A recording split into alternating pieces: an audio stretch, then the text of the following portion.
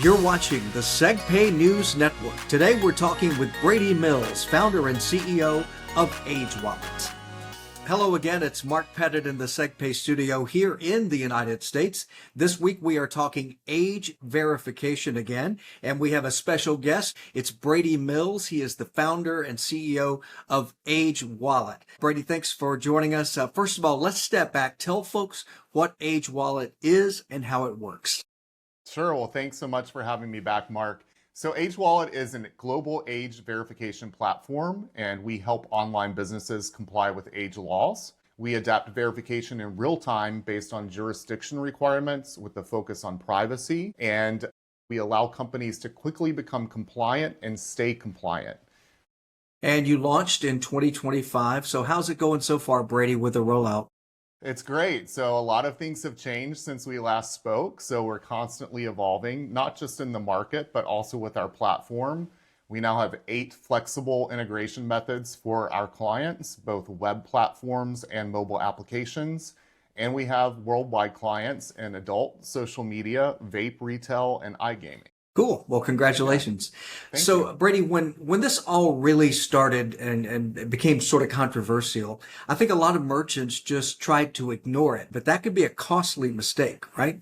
As you know, fines range from 500,000 euros to almost 30 million euros. In the UK, that's 18 million pounds or 10% of your global revenue. In Australia, 49.5 million Australian dollars for a breach. DSA overall that's a European Digital Services Act, has a 6% global annual turnover fine. France up to 375,000 euros. Germany is 500,000 euros. GDPR alone is 20 million euros. You know, lawsuits, liabilities, FTC enforcement in the United States, fines, it can certainly be very costly. And no matter where you are in the world, it's now more expensive not to age verify than to just implement age verification. Wow. So this is a situation that can't be ignored anymore. I think one of the complaints we hear specifically from merchants in the high risk space is there are no blanket regulations. For example, here in the United States, we have 50 states. It seems like there are 50 different approaches. Is it different in other parts of the world? Brady, are more regions adapting better than others? Sure. So as you know, governments don't exactly have a track record of moving in perfect unison. But what we are seeing is a patchwork throughout the world. Europe has consistently had stronger laws on privacy. So they're going to be looking at this from a different angle than the United States. So everyone's just trying to figure this out at the same time. And some moves are happening towards alignment. For instance, in the EU and the UK, they're starting to push towards standardized frameworks, so digital identity systems. And then regulatory fines also, as you know, are enforced differently and with different fine amounts. So there really is a gap here that AgeWallet has focused on, so that we've integrated this legal matrix framework that adapts to the regulatory landscape automatically. So while other verification companies require the client to manage their own verification criteria or set up complex routing rules, we do that automatically. I think it's important for our viewers to understand that age verification isn't just one thing, it's multiple things, correct? So there are many methods that are being used, some of them more advanced than others. So I think you're familiar, as most people are, with ID verification, using your passport or your government issued ID. Now we have age estimation, which is AI technology that performs facial analysis and estimates a user's age. Behavioral or data-based inference, so perhaps this is one of the more interesting of them, looking at what you watch, what you search, who and what you engage with, the time of day or usage patterns, your account age, device type, financial behavior.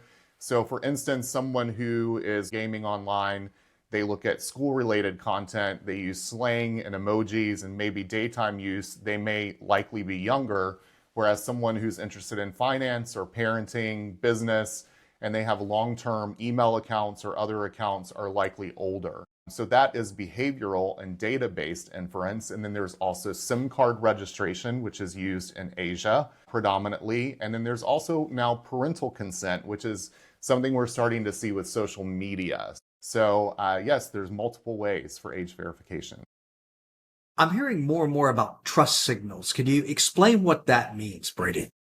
Sure, yeah. So trust signals are cues. They're visual or functional cues that tell a user that the platform is safe, that it's credible and responsible. So you can think of this like security badges, verified profiles, or just how a platform handles data.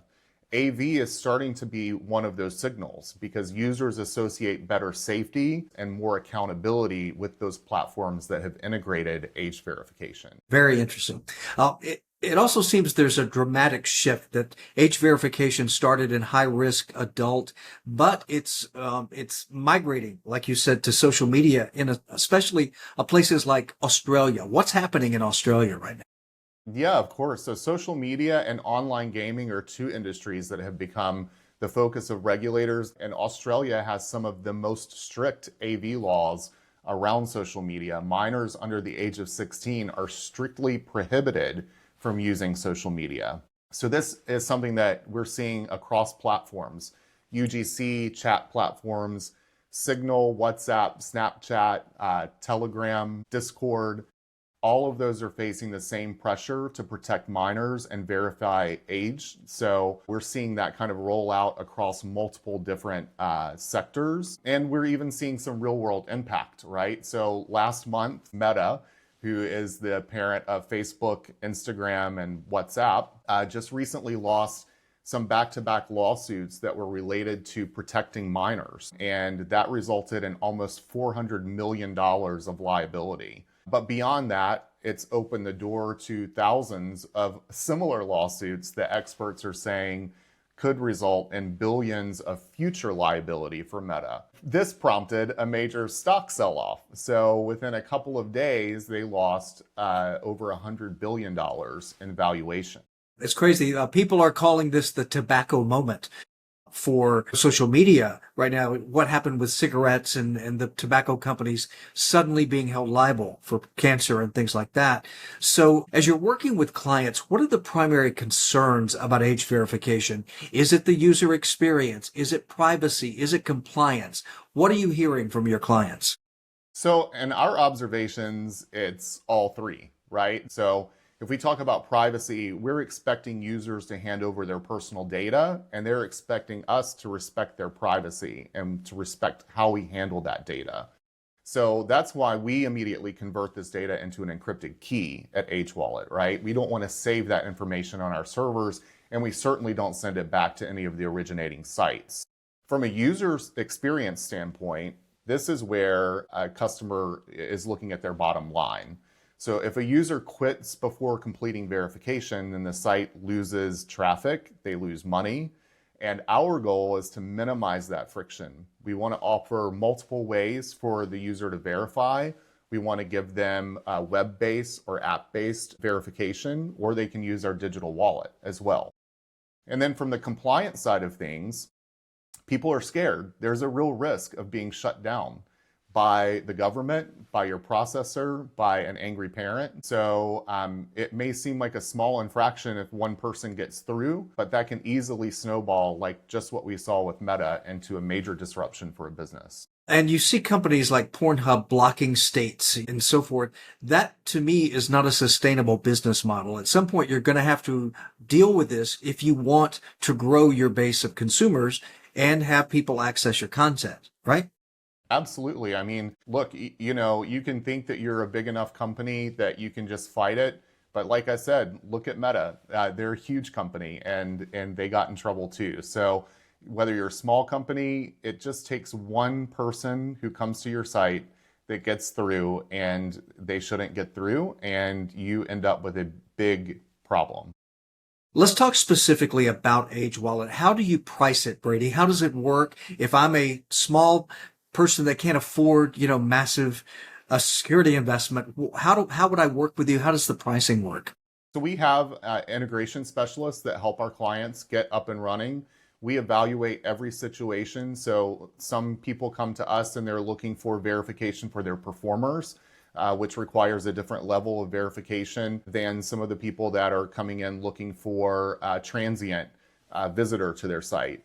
So we help assess that first for our clients, and then we look to see what integration method is going to be best based on their platform. We have 8 different integration methods, and then we charge based on the verification. So if someone does not go through the verification, if they opt out and don't actually finish the verification, we do not charge for that. So do you think in the future that age verification is just going to be part of using the internet? Yeah, so I think that I wouldn't be surprised if some major players like Google and Apple start integrating this into their software, or even your computer integrates this directly into the hardware. Apple has already started working on a digital ID that stores your ID or your passport with face verification. And that digital ID is already being used at over 250 TSA airport checkpoints. So it's not used currently for age verification specifically, but it isn't hard to see where that's headed. And at Segpay, we know that compliance is so important that it's do the work on the front end so you don't have to get busted on the back end. Do you think that age verification is just going to become part of the process of doing business with the likes of Segpay going forward? Sure, I think it's going to be part of the compliance process whenever you come into a payment processor. I think, there's always that compliance layer whenever you're working with a high risk payment processor. That's going to be one of the initial questions. What are you doing to ensure that your platform is not harmful to minors, right? And that you're keeping your content locked down and only available to those people who should be seeing it. And Brady, can merchants have a consultation with AgeWallet? How does it work? If they want to learn more about you, about AgeWallet, what's the process? Sure, yeah. So merchants can come to agewallet.com and click on the schedule a demo. That will be a very quick 10 to 15 minute conversation. We'll show you the product. Then we can start assessing with our integration team the best methods for getting you up and running. And do you think at some point there will be a global standard for age verification? What do you think about that, Brady? Will there be global standards, or is this going to be a patchwork from here on out?